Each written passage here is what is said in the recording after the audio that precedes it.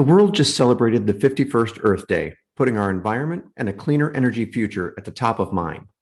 But how fast can we build a cleaner power grid, and what will it take and cost to get there? This is Energy Solutions, a podcast from the Electric Power Supply Association, where we unpack the stories and trends behind America's changing electric grid. I'm your host, Todd Snitchler, EPSA's president and CEO. There's still more work to be done, but we also have a great story to tell so far. Emissions from the power generation sector have dropped rapidly over the past decade. The Lawrence Berkeley Laboratory recently announced that the U.S. power sector emissions are just half of what they were projected to be 15 years ago, and competitive power markets across the United States continue to show decreasing emissions every year.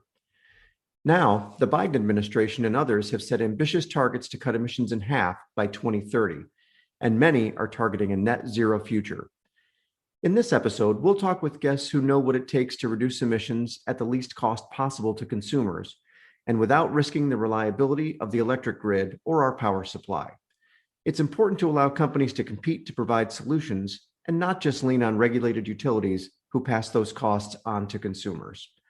Our guests are working to provide solutions that work for our environment and our economy, and most importantly, customers as the grid transitions. Arne Olson is a senior partner at Energy and Environmental Economics, or E3, a consulting firm that helps policymakers understand the costs and pathways to achieve decarbonization goals. You'll also hear today from Tom Rumsey. He's a senior vice president for regulatory and external affairs at Competitive Power Ventures, or CPV. CPV is an EPSA member and a competitive power firm working to invest in and build new low carbon and renewable resources while providing reliable electric generation today. Arne Olson and his team worked with EPSA to find the best path to reduce carbon emissions in the PJM interconnection footprint, which covers 13 states in the District of Columbia. E3 found that keeping the process competitive and fuel neutral could unlock not just big emissions reductions, but also big savings for consumers and help ensure reliability. Putting a price on carbon or even applying a well-designed clean energy standard in PJM could save customers $2.8 billion annually while reducing emissions 28% by 2030. You can find that study on our website at www.epsa.org. I asked Arne to share more about his work and how it can inform smart policy decisions on decarbonization. In your view, what's a smart transition look like? Yeah, that's a great question.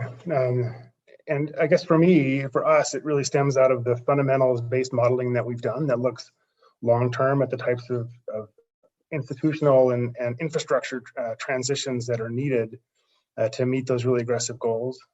But, for the next 10 to 15 years, I think all the studies agree that we should build out as many clean energy resources as we can.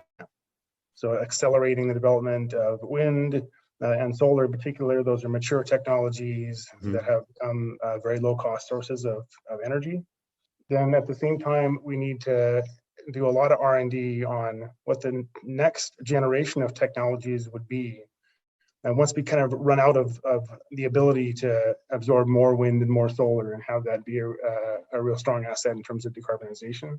So wind and solar, we think, can get us to 60, 70, 80% carbon-free electricity nationwide. But there's more technologies that are needed to get from there all the way to 100%. And those would be things like, nuclear or fossil generation with carbon capture, very long duration storage, hydrogen, other types of firm technologies that can provide zero carbon energy during times when the wind isn't blowing and the sun isn't shining.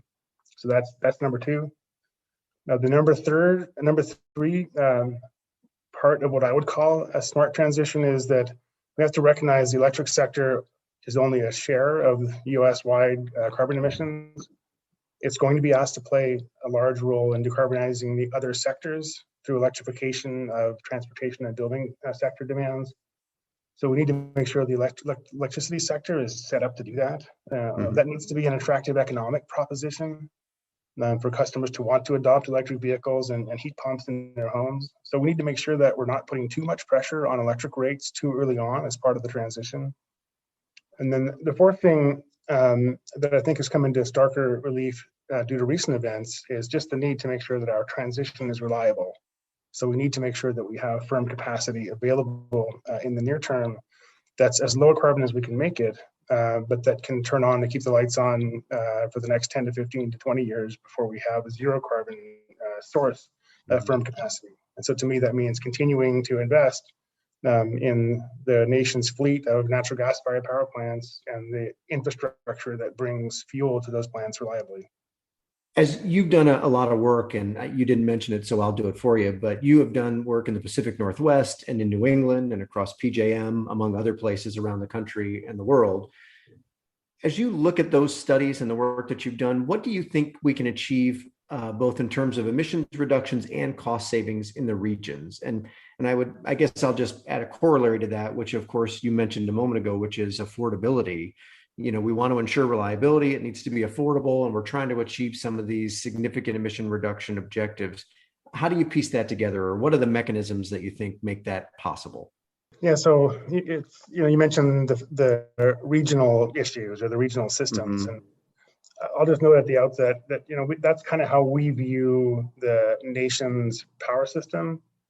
I mean, yes, there's one eastern interconnection and there's one western interconnection, but we think largely it's useful to think of them as a series of connected regional grids. So you've got ISO New England, obviously, as a single market operator. PJM is a region that spans multiple states. Right. MISO, SPP, the same way. California is a region unto itself, and there's the Desert Southwest and the Pacific Northwest, which are their own regions. So we tend to think of it as, start with a regional grid and figure out what you can do with that regional system. So a couple lessons, I guess, that we've drawn from that. One is that today it's really interesting that everywhere we've done these studies, even in the Northeast, renewables are now the lowest cost source of clean electricity.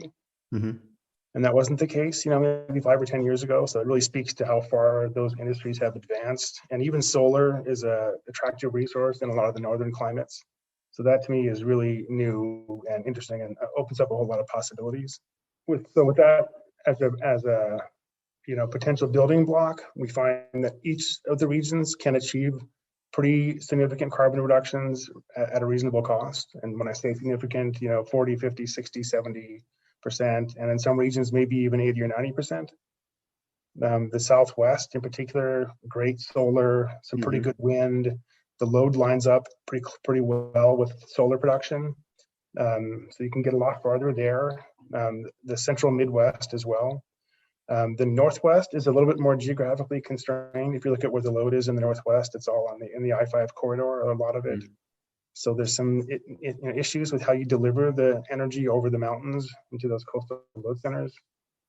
When you start to get into the Northeast, it starts to get harder. The curve gets steeper earlier, and particularly in New England, very geographically constrained. Right. You have to go to offshore wind pretty early on as a primary scalable source. So maybe to summarize, I'd say that you can achieve significant carbon reductions everywhere, but the cost curves don't look the same. And so there are real regional differences in the cost of achieving, especially deeper emission reductions. A couple of the tools that people talk about frequently with regard to achieving those objectives are either a carbon price, or now it's become far more popular to evaluate the efficacy of a clean energy standard. Can you talk a little bit about how those mechanisms work and how they might work regionally or frankly nationally? Of course, I think we'd probably agree would be the best approach, but given the political limitations, how do you see those working on a regional level? Yeah, I mean, I think everyone who looks at these these issues from an economic perspective sees a carbon price as the way to leverage the most efficient and lowest cost carbon abatement measures. Which isn't to say that a carbon price by itself is the answer or the only answer. We think there needs to be a lot of supplementary policies to help unlock the infrastructure development that's needed. But as the centerpiece, as the signal for what's the value of carbon reductions, there really needs to be a national price. It needs to be multi-sector so that you can trade off abatement measures in the electricity sector versus buildings and versus industry and versus cars and heavy trucks. I mean, there's no reason why they all shouldn't be facing the same carbon price and be able to trade off among all of them. that's requires obviously a fair degree of political consensus at the national level for what that value ought to be. Sure. And we're a long way from that now. So, so the challenge is, how do you put in place structures that enable the states and local governments and corporations and individuals that want to start doing their share to do so in a way that's efficient and helps move us along toward that long run goal. And this is where state-specific carbon pricing is really challenging, because it creates the challenges with leakage. So what you might see is just migration of carbon-intensive activities outside of the boundaries of a state that has a carbon price and towards a state that doesn't have a carbon price. And in electricity, it's electricity generation. If a state with gas plants has a carbon price, those gas plants will run less, and you might see coal plants in a neighboring state run more. So you might actually end up with increased carbon emissions from kind of state by state carbon pricing policies. Right.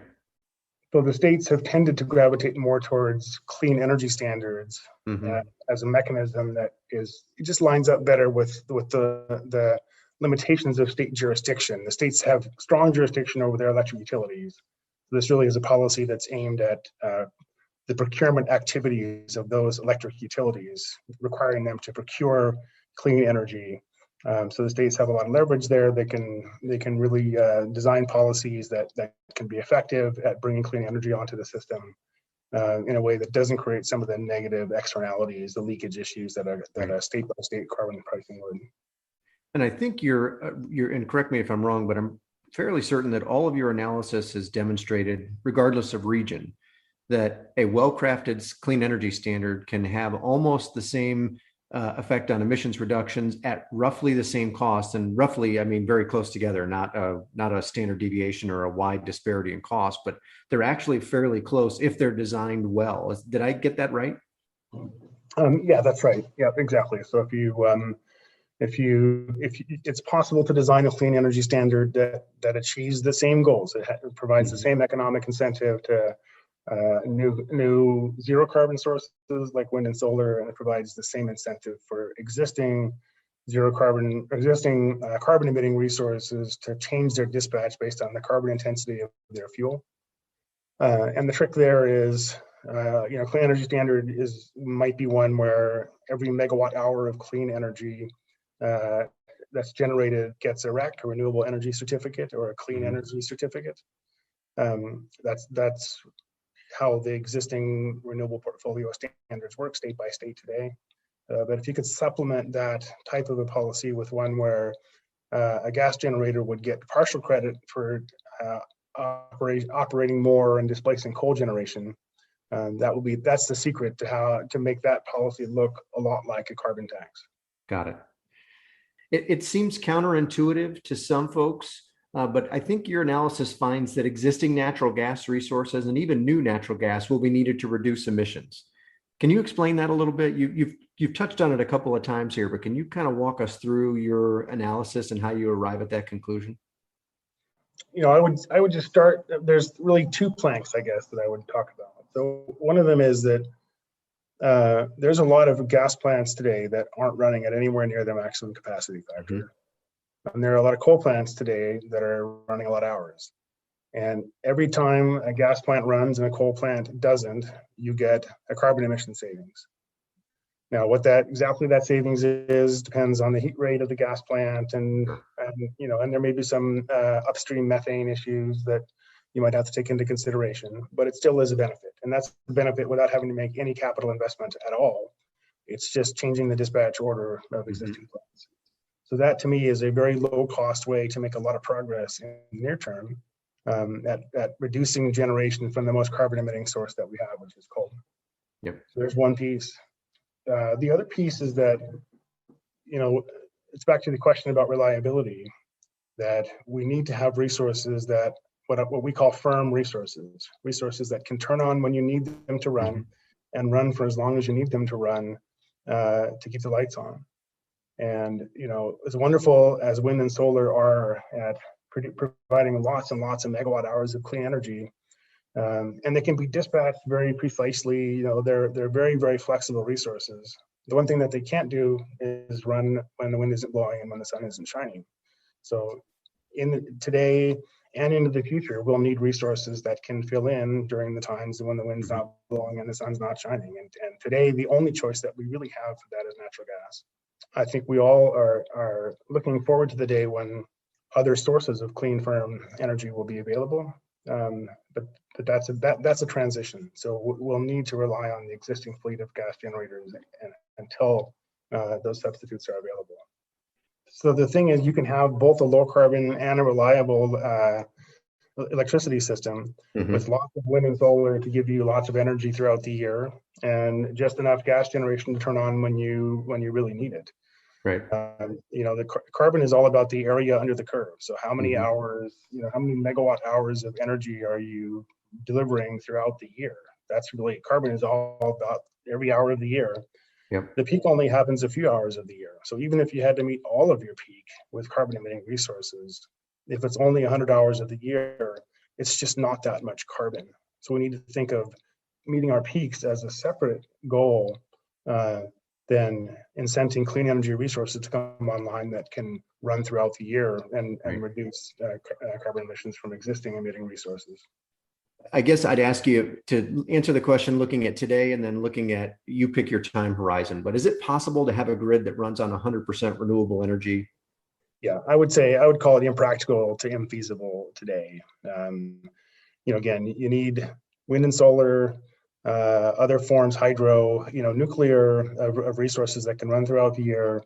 You need enough resources to turn on when you really need them the most. And that's what doesn't exist today. Right. So what we need again is one of these breakthrough technologies, and there's biomass today. So maybe there's some of that you could do. There's some geothermal that you can do, which would help in that regard. With the breakthrough, then you can start to think about a 100% renewable grid. But with just wind and solar, and hydro and geothermal, that's impractical to infeasible today. Right, which just speaks to the need for innovation, which of course our members and the EPSA family very much are interested in deploying innovative technologies sooner rather than later, because those are where they end up being able to participate actively in the market.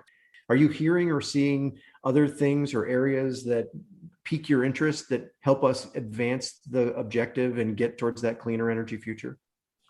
Well, it's a really exciting time to be in the industry, I have to say, just with how many different types of technologies that are out there. And, I think we're fortunate to be in a place, both geographically in California that's trying to push the envelope, but then with the work that's enabled us to do, kind of looking as far into the future as we can to see what these future goods will look like, that a lot of people come to us with their technology. And so we've looked at, hydrogen, we've looked at small modular nuclear reactors, we've looked at CCS, we've looked at various different storage technologies, pumped hydro, batteries, long duration batteries. We've looked at these advanced rail car storage. There's a group that hollows out bedrock and uses water to compress air into those bedrock caverns. So it's a form of compressed air storage. Really, you name it, we've looked at it. So it's exciting. A lot of these are new, and so people are looking for feasibility studies to say, how would my technology fit into with the low carbon grid of the future? So there's a certain type of company that starts up and looks that far out. I'd say the larger developers are mostly looking at the nearer term opportunities. And there, it's a lot of solar, it's a lot of batteries today, and it's a lot of wind, and it's a lot of transmission. Yeah. What should regulators or policymakers, and that's state or federal, so an equal opportunity answer, I suppose, what should they be keeping in mind when we look at how we want to see investment that supports reliable, affordable, cleaner generation? Are there certain things that you say, as a regulator or policymaker, keep these things in mind because it will help you achieve your objectives and ensure that consumers get what they want? Yeah, there's a few lessons that I think are general that if I were to try to sit down with a new utility commissioner and give them a 101, for example, I might say something along the lines of what we've been talking about, which is wind, solar, very low cost forms of clean energy. They need some existing technologies. They need natural gas really today to help them provide round the clock reliable energy that as we discussed that consumers need. I might talk a little bit about regional markets and the way that they help you to achieve diversity and scale. A small utility with a limited geographic service area just doesn't have a lot of diversity on its own. Its problems are harder to solve by itself than if it's part of a bigger regional system where, if its loads are up, maybe somebody else's loads are down, and if its generator's offline, maybe its neighbor's generator is online. And so there's a lot of benefits to being tied to and embedded within these big regional markets. Right. So I'd want to emphasize the whole variety of benefits that provides. What do you think is needed going forward to enhance wholesale power markets, and whether that's PJM or nationwide? And do you see a future for capacity markets? Especially after having seen what happened in ERCOT this last year, I was always curious to see would this sort of energy-only construct be durable or not. I'm less convinced that it's durable after having seen the events of this winter. So I think we see a need for a capacity construct everywhere. In places where there's capacity markets that are already kind of centralized and organized, we think those work well. I don't think that's the only model. The bilateral model that we have in California, it has some issues. I think it needs some shoring up, but I think it can work. And then SPP and MISO are kind of, halfway in between. And if you have, a system with a lot of vertically integrated utilities, we think that can work. But yes, we think you need a capacity construct that focuses on capacity, that doesn't try to mix in any other issues that aren't reliability related. That's your backstop to make sure that you have the capacity that you need to keep the lights on. And that really should be priority number one for everyone who's governing, operating, investing in one of these utility systems. How do you see it from your seat? How can we make sure competitive power has the ability to continue to deliver benefits to customers in the grid? So again, we work in a lot of places where where we don't have this benefit of these centralized markets, and the job's a lot harder there, I have to say. So the more that we can do to extend the RTOs into the parts of the West where they don't exist today, and the parts of the Southeast where they don't exist today, I think that would be a huge benefit to the utilities and the customers in those regions. But then, even within those regions, I think the more alternative choices there are, the more competitive pressure that puts on utilities. So that even if they end up with they're still vertically integrated and they end up building their own resources, at least there's been some competitive pressure to make sure that they're doing that cost effectively. Right. So everywhere where there's an active IPP sector, we see that really benefiting electricity consumers because it helps to keep the utilities honest.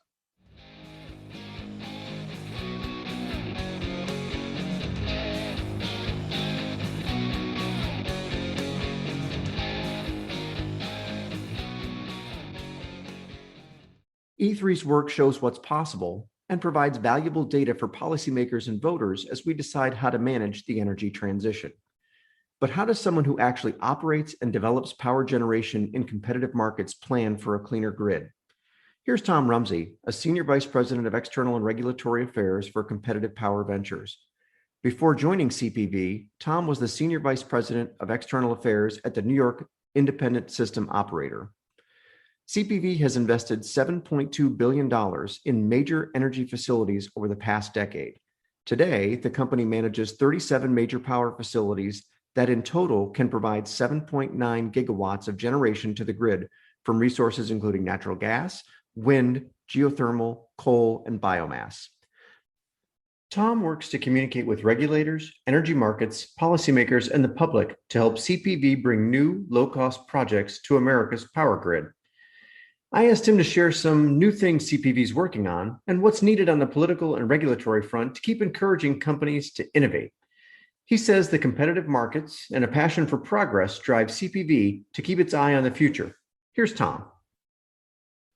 At the core at CPV, we're a little under 100 folks that are just power people. We're not tied to a specific technology. We're not tied to a specific direction other than we want to see a lower carbon future at an economic cost that maintains reliability. And that's, a pretty exciting place to be.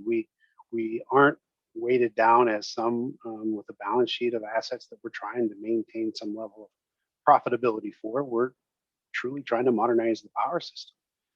And my team supports that by trying to advocate for market design structures that will support independent power producers like ours, being able to get private capital to animate the vision that a lot of us have of a lower carbon future. We were literally started 20 years ago by two gentlemen that stepped away from the former model and said, look, in a competitive market world, we can develop projects. We can do this with private capital. We can make individual projects stand on their own. And I think that's important. Every project is a standalone entity. It has to survive in the market in which it operates. And that truly drives disciplined investment, which is just critical. If you look across how the world has tried to green itself, you can point to a number of examples where, the investment was made, but it wasn't as disciplined and you didn't get the results. We've invested over $7 billion in the last 10 years alone. And if you're going to invest with private capital, you got to do it with technologies that are being rewarded in the marketplace. So that's been natural gas, it's been wind, and it's been solar. And we're starting to see, a stronger focus more on the renewable side with the increased desire to decarbonize the entire economy. But also you're seeing private companies come forward and willing to put money on the table to develop renewable projects where there's market gaps. And in our view, there are market gaps. That's one of the great parts about being with this company is, when hydrogen is ready, you'll know when hydrogen is ready as a technology because we're going to be developing it. We're not wedded to a technology, we're wedded to growth. And that's what makes it exciting to work at CPV. Tom, you mentioned that CPV is in the development business. If I were to ask you, tell me 3 projects that you're working on right now that you're particularly excited about, what would those be? Well, I would say one is, we're in construction in Illinois with a new combined cycle plant that we developed and were able to get financial close in during the pandemic, which was an incredible achievement by the team. So that would certainly be one. And I think the other, I would combine a couple projects in PJM, 2 solar and 1 wind, totaling over 400 megawatts. This is, in a pretty a hotly debated regulatory environment in PJM, but we were able to move forward and finance 3 projects that are being constructed on former coal mines. And that's just a great story. I mean, those are communities that need the investment. It's part of landscape that isn't going to be used for a lot of other things, being a former coal mine and being able to put solar panels or wind turbines up in areas that would otherwise just remain there a brownfield is a great story. And markets drove that. And that's pretty exciting for us because it goes beyond just talking about how we're going to build renewables. We don't see a lot of headwinds to good projects right now. If you have a good project and located in an area that you can manage your interconnect costs, there's money for that. There's people out there willing to fund and build those. You kind of led me into my next question. So how does CPV plan for the lower carbon grid? I mean, what is it that you're doing that helps you position the company or the organization to be ready to lean into that environment? Because it looks like that's where we're headed, whether it's through policy choices at the state or federal level, whether it's regulatory decisions, or frankly, public sentiment. That seems to be the direction that we're going. So how are you as an organization leaning into that?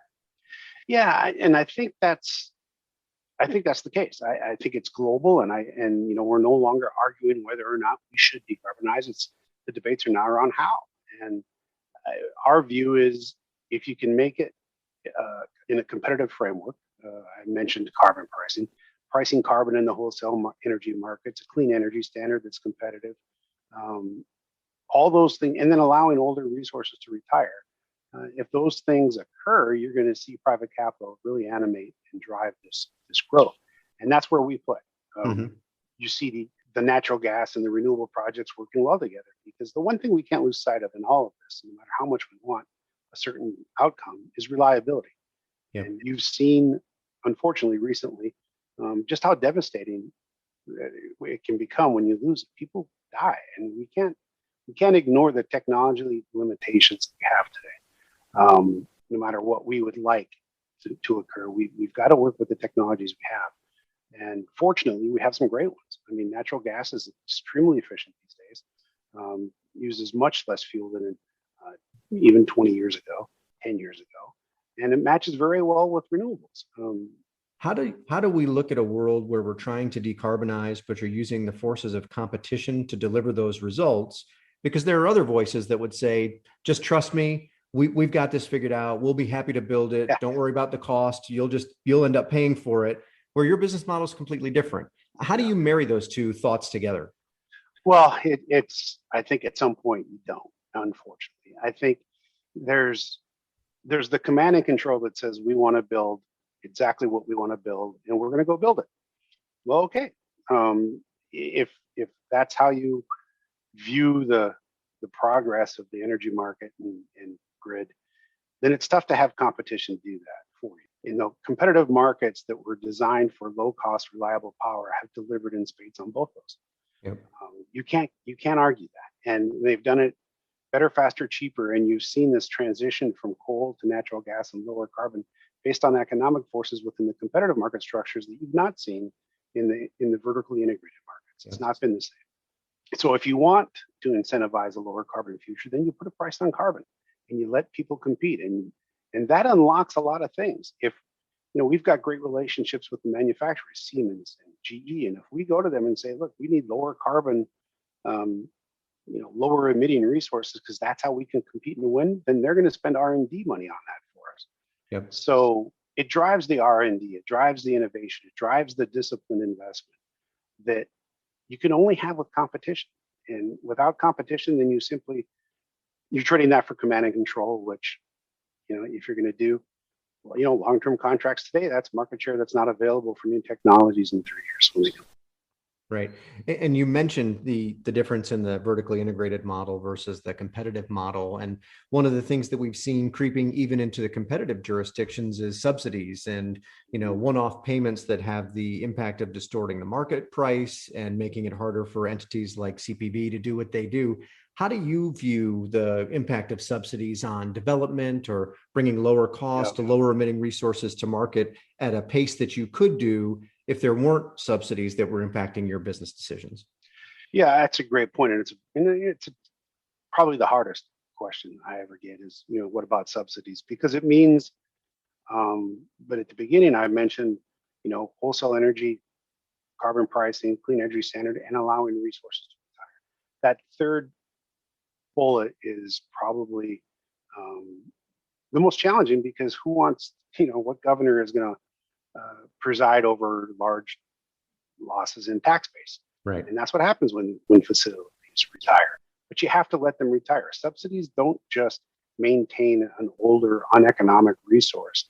They suppress energy prices, they suppress prices in the markets, and that keeps newer investment from coming in. Sure. And that leads to, the next logical question is, well, what is it you need from regulators or policymakers that will enable you to make those investments? As you and I were talking before we started, you don't make a 2-year investment in this industry. You make a 30-year investment.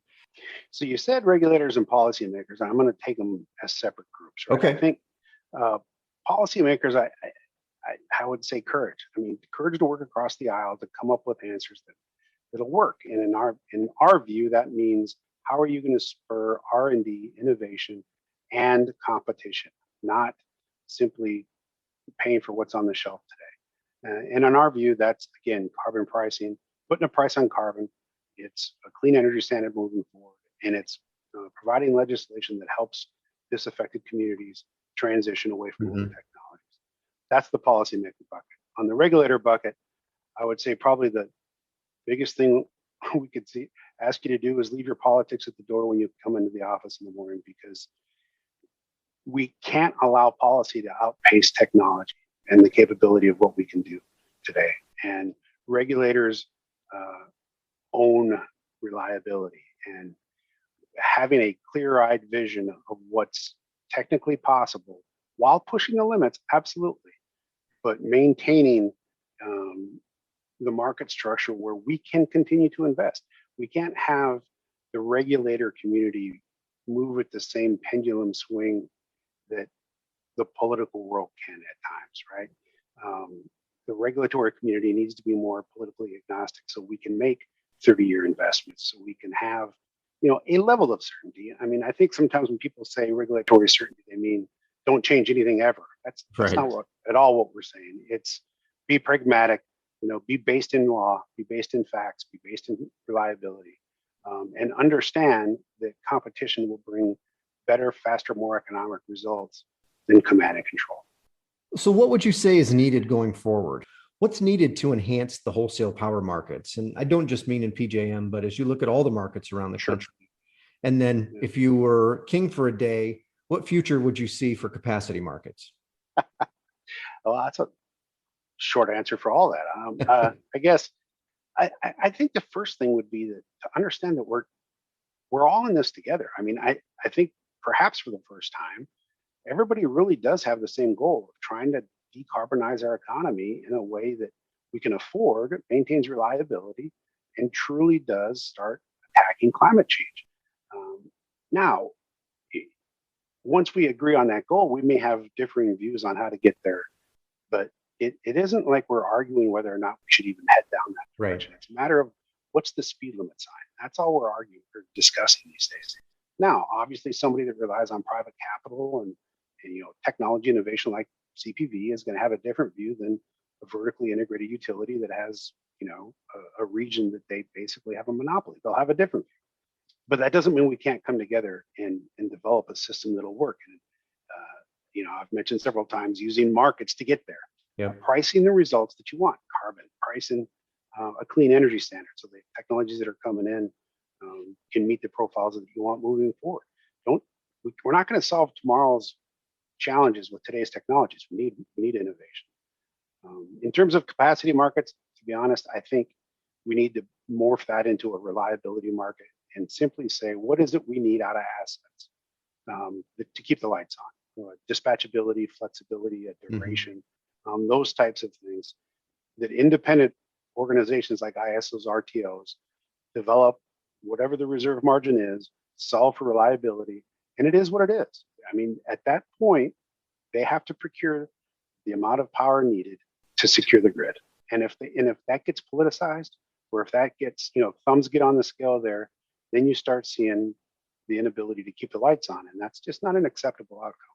So you talked about it a couple of times. So let me just ask you clearly so that you can, kind of give the company line, so to speak. But CPV supports carbon pricing. Why? Because it's technology agnostic, because it allows anybody to come in with the right technology at the right place to solve the problem that the power system has, right? And that's where we think we can compete, but I think broadly, it brings disciplined investment. If you put a price on carbon, then you're going to get private research and development. You don't have to just rely on the national labs. You're going to get new technologies coming in. You're going to speed the pace in which hydrogen can come in, carbon capture, whatever the next generation of technologies are. You make renewables more competitive. You make nuclear more competitive without having to subsidize them. And it allows us to compete. And when people compete, the cream rises to the top. So I do think states, they're certainly allowed to pick the generation mix. That's, pretty codified. But you have to keep pushing on them to say, with relaxing the desire to command and control, you'll get better results if you enforce a more disciplined market structure. So as we bring this to a close, if I asked you for, what are the three things that you think people ought to know or people need to know about how developers view the world and where you think things are going, how would you encapsulate that? What would you tell people to be mindful of as they look at these decisions that are made? I think one is that if you look at the amount of investment that's going to be needed, just from a pure dollar perspective, you're not going to get there with just government funding. You need private investment. You need private capital. You need equity investors to get there. You're not going to get there simply by, taxing or rate base. So that's step one, understanding how important private capital is going to be to animate the visions that we have of a lower carbon future. And then I think second, I would say you've got to understand how difficult it is to build infrastructure. So I'm not saying relax any reviews. I'm not saying making them any less onerous, but we need to look at how do we get pipelines built? How do we get transmission built? How do we get Title V's, water quality certificates, the whole regulatory review process? If you want this transition this quickly, we're going to have to find ways to get permitting done more efficiently, more predictable, without relaxing standards at all. Yeah. And then third, I would say if there's something that you want built, put a price on it and let people compete for it. If you want it to be flexible, if you want it to be low carbon, if you want it to be in a disadvantaged community, put a price on it, let people compete, and you'll get a better result faster, cheaper. And I think that you've captured it well, and that, we're all on the same one-way street. It's a question of how fast can we get from here to the end of the road. That's right. Without wrecking. Correct. Correct. Yeah. That's that reliability thing. Because it's still possible, right? I mean, if we forget that we want to get there so bad that we forget our car can't do certain things, we're going to wreck. And we got to be careful with that. It's very real. And we're actually seeing examples of it. So it isn't theoretical. Yep. Great point.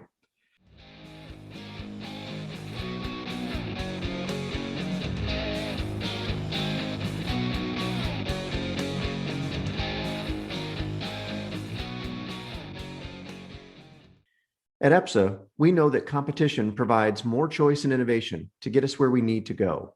And as you heard from Arne and Tom, there's a clear path to get there if we put the right fundamentals in place. Allowing all resources to compete to bring the best solutions to market will help build the grid of the future while keeping the lights on today. Thanks for listening to Energy Solutions. You can find more information about EPSA, E3's work, and competitive power generators like CPV on our website at www.epsa.org. If you like this episode, please share it on social media or with your coworkers, friends, and family. You can also connect with us on Twitter at EPSA News and LinkedIn, and leave a rating or comment on Spotify, Pandora, or wherever you listen to your podcasts.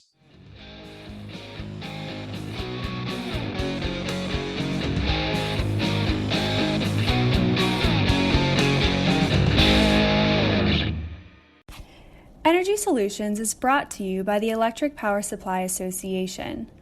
EPSA represents America's competitive power suppliers, which bring about 150,000 megawatts of power generation resources to customers throughout the United States. Discover the power of competition at www.epsa.org.